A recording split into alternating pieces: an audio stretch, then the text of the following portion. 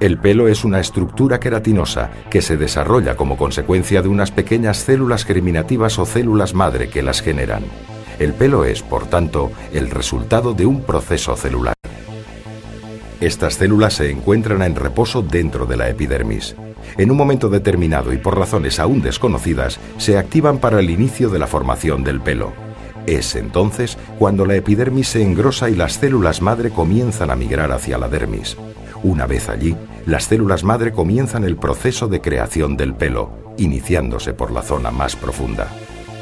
El bulbo está unido como un corchete a la papila dérmica.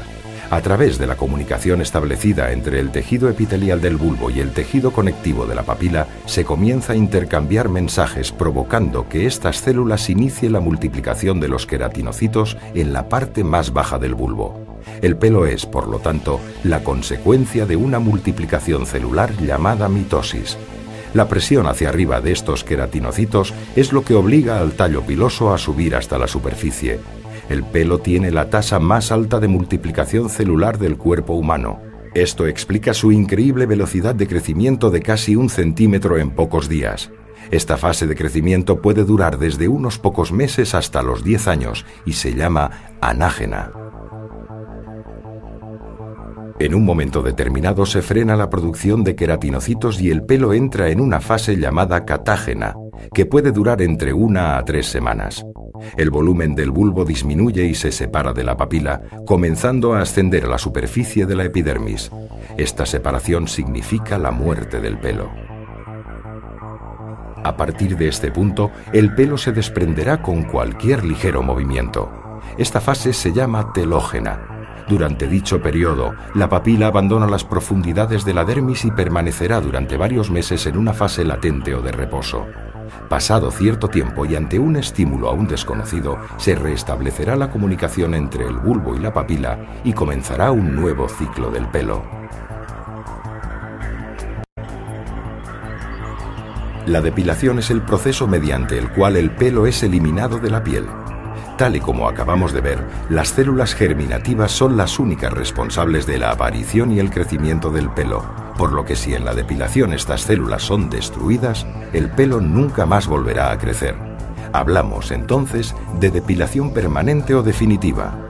Por el contrario, si solo se elimina el pelo y las células permanecen inalteradas, el folículo piloso crecerá de nuevo, como consecuencia de que estas células, pasado un tiempo, volverán a generar queratina y vello. Estaríamos hablando entonces de depilación temporal.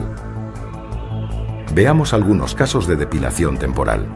En el rasurado, por ejemplo, lo único que se realiza es un corte de la parte exterior del pelo, por lo que el resto permanece inalterado y, por supuesto, las células continúan vivas.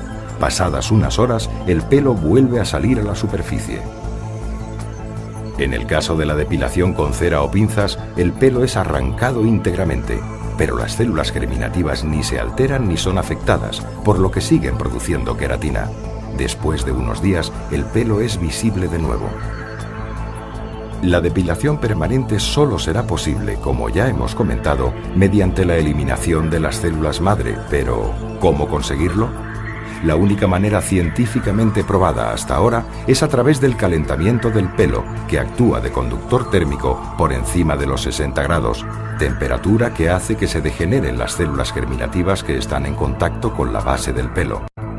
La cuestión radica en cómo calentar el pelo, durante cuánto tiempo y a qué temperatura. ¿Cómo calentar el pelo? El pelo se puede calentar gracias a una sustancia propia llamada melanina, un pigmento que hace en función de su mayor o menor cantidad que el pelo sea más o menos oscuro o moreno. Pues bien, la melanina, además de otorgar el color al pelo, se caracteriza porque es capaz de absorber un determinado tipo de luz y transformarla en calor. Si la melanina se calienta, el pelo se calienta. Este pigmento no aumenta su temperatura con cualquier luz.